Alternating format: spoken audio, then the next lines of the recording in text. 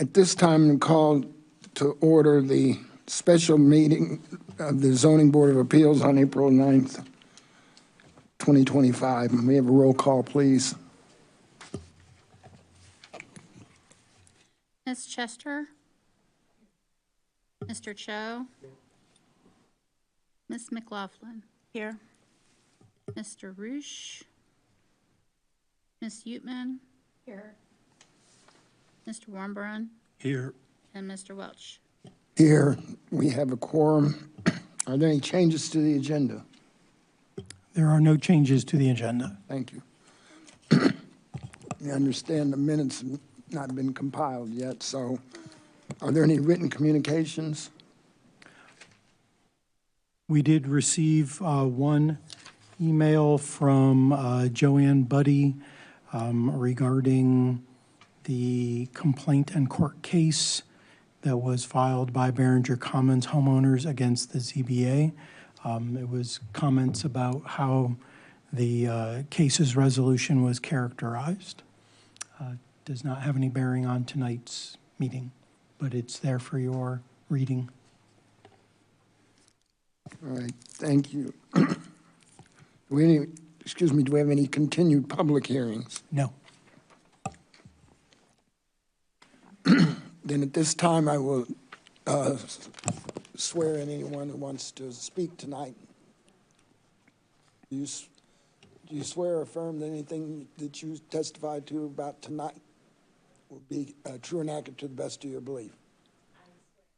Thank you. At this time, then, I call for hearing case number ZBA 2025 C-0101, a request by, can you help me with the pronunciation of your name, please? No worries. Yeah, my first name is Zainab, and my last name is Kalkarawala.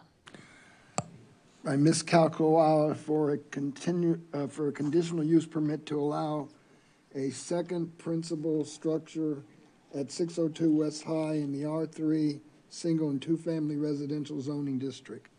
And we have a staff report, please. Yes. Good evening, ZBA. Zainab Kalkarawala requests a conditional use permit to create a second principal structure on the property by adding a bathroom and kitchenette to the existing detached garage. Section 53C of the Urbana zoning ordinance allows more than one principal structure on a lot with a conditional use permit. The board may vote to approve with conditions, or deny the application. The board should either accept the specific staff findings or articulate their own specific findings based on the application's criteria.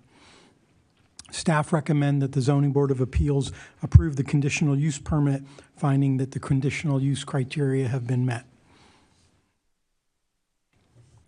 The site located here at the northwest corner of the intersection of South Orchard Street and West High Street is almost 11,000 square feet, which is large for this neighborhood. It is located at the northwest corner of West High and South Orchard Streets in the West Urbana neighborhood. The property was platted in 1858.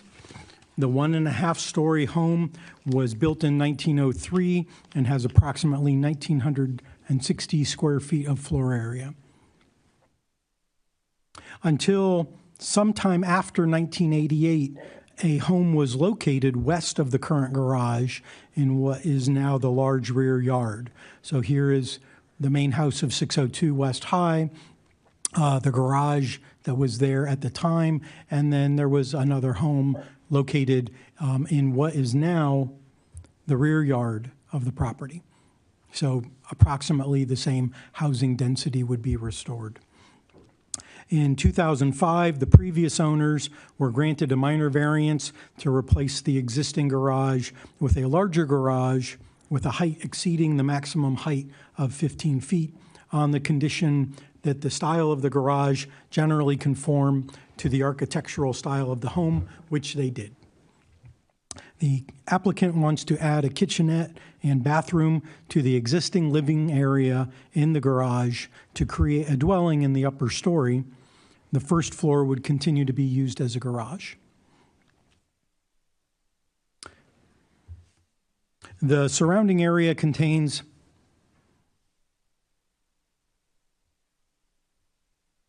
mostly single-family homes. There are also some duplexes, group homes, condominiums, apartment buildings, and a church in the surrounding area. The red stars show the locations of nearby two-dwelling homes, and the green stars show the locations of condominiums, group homes, and multifamily homes. The north side of West High Street is zoned R3, single and two-family residential, while the south side is zoned R2, single family.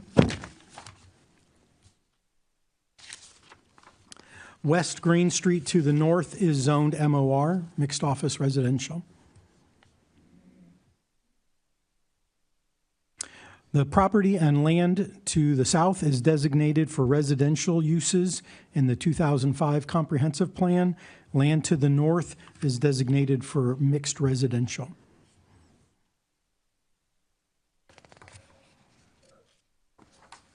The R3 zoning district permits an attached second dwelling by right in the form of a duplex. Because the proposed activity is detached, a conditional use permit is required to allow the second principal structure. The total number of people who could potentially live on the property would be the same as a duplex would allow. The proposed dwelling would have a bathroom, a kitchenette, a sleeping area upstairs with parking and storage downstairs. The building footprint would not change. The required parking would be provided by 2 spaces in the garage and 2 on the access drive. On-street parking along High Street and Orchard Street is available through the West Urbana Residential Parking Permit Program. That's on one side of the streets only. The proposal complies with all other R3 development regulations, including lot area and width, floor area ratio, open space, parking, and yard requirements. The property also meets the additional lot area and width requirements that apply to duplexes. So we've got some photos of the site. This is looking at the garage from the southwest corner. You can see the upstairs. There is already a living area there that was, as part of the original construction when the variance was granted. And it was over the top of a 2-car parking area on the first floor. Looking at it straight from the south, you can see that the driveway would accommodate 2 cars out front with 2 cars inside. Looking at it from the southeast, and then a little further to the east, you can see the space between the house and the garage. There it is from the corner. You can see that the house sits further back than the neighboring homes there on Orchard Street. And you can see this a little further back as well. So looking at the location, looking west, I found that it was very sparsely occupied by parked cars. And similarly, looking east, there were no cars there on High Street. So if there was additional people visiting the home, should not be a problem to accommodate them. Looking north up Orchard Street and south down Orchard Street, very little parking occupied. Let's see. Staff did, if the conditional use permit is approved, the construction would be subject to required building safety and zoning reviews typical for any renovation. Staff did publish a legal ad in the News Gazette and sent letters to 46 neighboring property owners and posted 2 public hearing signs on the property. Staff received letters of support to the request. That is the second document that I handed out. We received letters from Richard Cahill, which shares a property line with the site. A letter from C.K. Gonzalez and Michael Walker, as nearby property owners, and also from Esther Pat, writing in support of this conditional use permit. One quote was, "The size of the accessory use that is proposed to become a principal use is comparable to the size of many single-family homes in the area that are principal uses. The compatible design of the two structures is also a plus. Please look at this case as an example to which you should compare other proposals for two houses on one lot." Very short paraphrasing. So moving on to the requirements for a conditional use permit. The first one, the proposed use is conducive to the public convenience. The location is only 3 blocks from campus, so it's a convenient option for students, staff, and faculty. It's also close to downtown. In addition, adding one dwelling unit to an existing lot in a building that already exists is an example of the small-scale incremental development envisioned in the city's draft comprehensive plan, Imagine Urbana. So staff find this criterion met. The proposed second dwelling would also not be unreasonably detrimental to the neighborhood. Other than a new window, construction would be limited to the interior of the building. Occupancy would be regulated by the Urbana zoning ordinance, and excessive noise would be regulated by the Urbana City Code, as well as by a proposed no loud party clause in the rental agreement. Staff find this criterion met as well. And finally, the proposed second dwelling would preserve the character of the R3 single and two-family residential district, which is intended to provide areas for low-density residential development, quote, including single-family attached and detached dwellings and two-family dwellings. Within a 1-block radius of the property, there are 14 duplexes, 18 apartment buildings, and a condominium complex. Converting an existing garage into one more dwelling would be in character with the neighborhood. So staff find this criterion met as well. The board must determine whether the application and the evidence given at the public hearing justify the granting of the conditional use permit, and whether the proposed use will be in harmony with the general intent of the zoning ordinance and will not be unreasonably injurious or detrimental to the public or the district. The board may impose additional conditions on the operation of the proposed use as are appropriate for the public health, safety, and welfare. The findings are summarized in the staff report, and staff found that the request meets the 3 requirements for granting a conditional use permit. The Zoning Board of Appeals has the following options in this case: approve the conditional use as presented, approve the conditional use along with any additional conditions and requirements as are appropriate, or to deny the conditional use as submitted. Staff recommends that the Zoning Board of Appeals approve the proposed conditional use in case ZBA 2025-C01. I'm happy to answer any questions, and Ms. Calcutta-Walla said she would also be happy to answer questions as well. Thank you, Marcus. Are there any questions for staff? Hearing none, thank you. Does the applicant wish to be heard? You have to come forward and speak at the mic. You also have to sign in. Okay.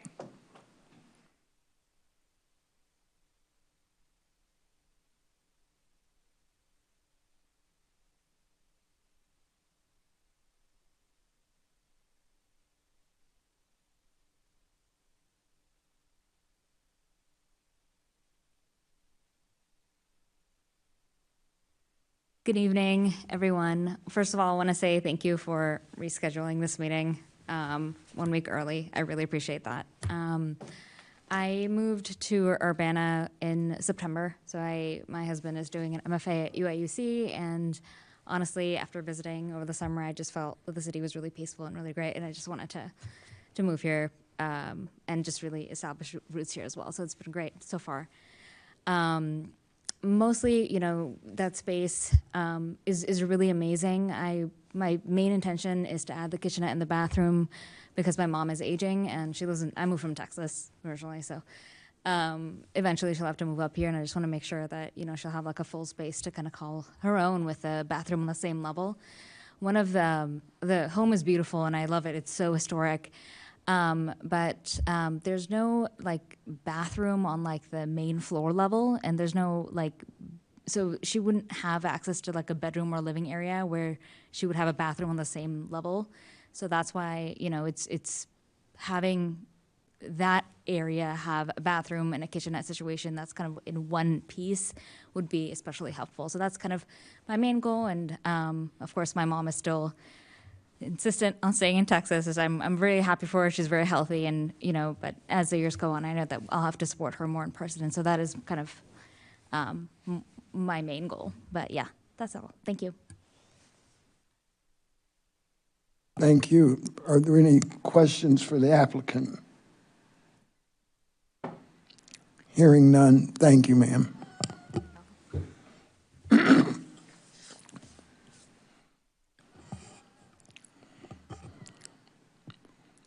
Is there any additional discussion by the board on this? Again, hearing none, then are we ready then to call this case to vote? Sure. I move that we approve the conditional use permit in case ZBA-2025-C-01 as submitted. It's been moved. Is there a second to that motion? Second.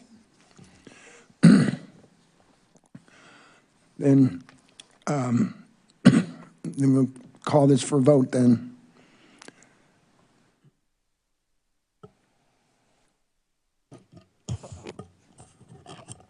Mr. Cho, Yes. Ms. McLaughlin, Yes. Ms. Uteman, Yes. Mr. Warmbrun, Yes. Mr. Welch, Yes, and Ms. Chester. Yes. the motion is approved. Congratulations. Could I ask for a clarification, just to make sure, Ms. McLaughlin, that you were accepting staff's findings as laid out in the memo? Yes. How did Okay. you want me to phrase that? I just That- said as submitted. You could, okay. I probably just, you know, with accepting staff's findings. Got you.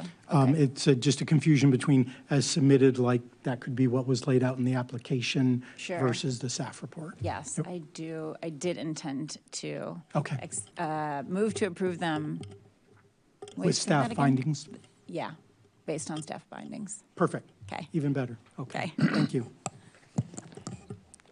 We don't need to vote again, do we? All right. Thank you. Is there any old business?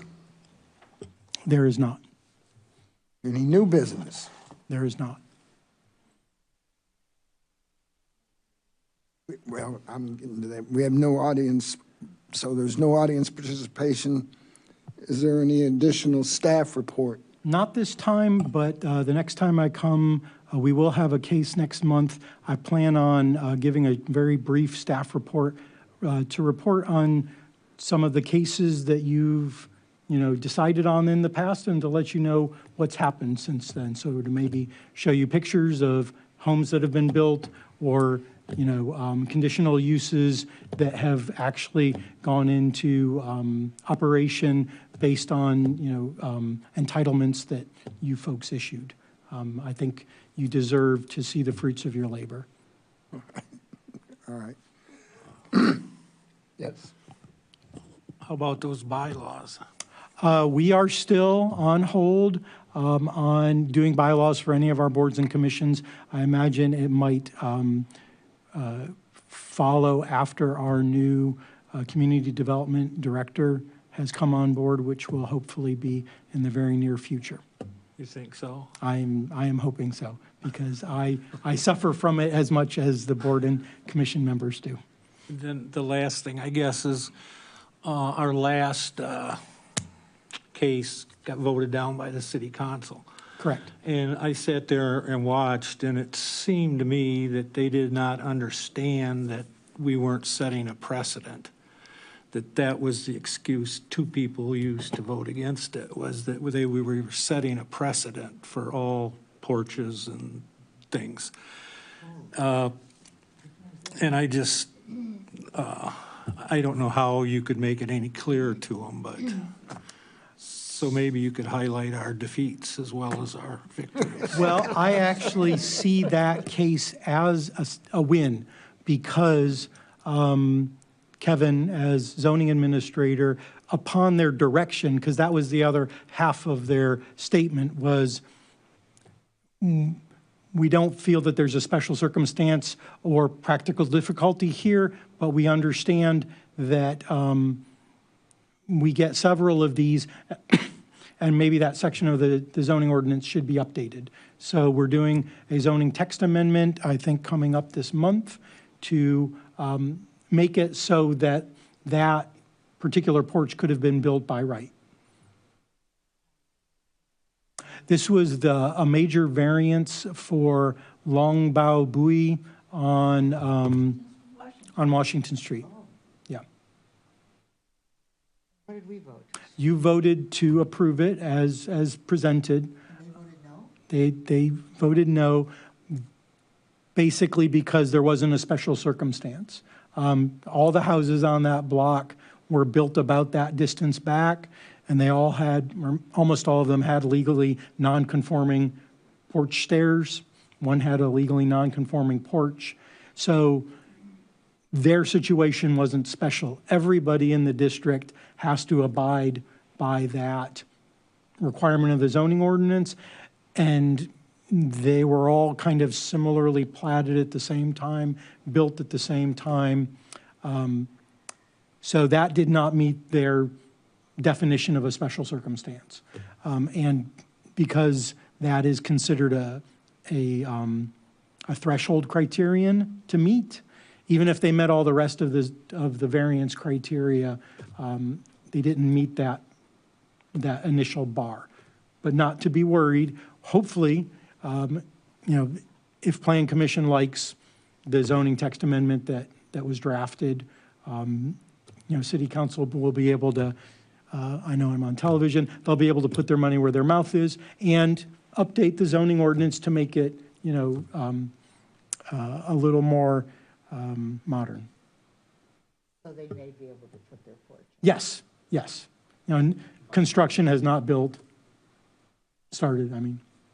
And that was the one, correct me if I'm wrong, but we went against staff recommendation. Correct. Yeah. And the reason staff recommended not to approve it was because it didn't meet that initial, Yeah. bar.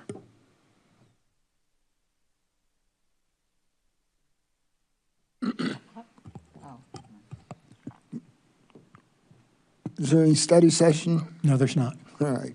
Keep an eye out for the Plan Commission meeting tomorrow night, at which Kevin will be bringing Imagine Urbana, the comprehensive plan, hopefully to get a recommendation to go forward to City Council for review and approval. That concluding all the business for tonight, then I adjourn this meeting.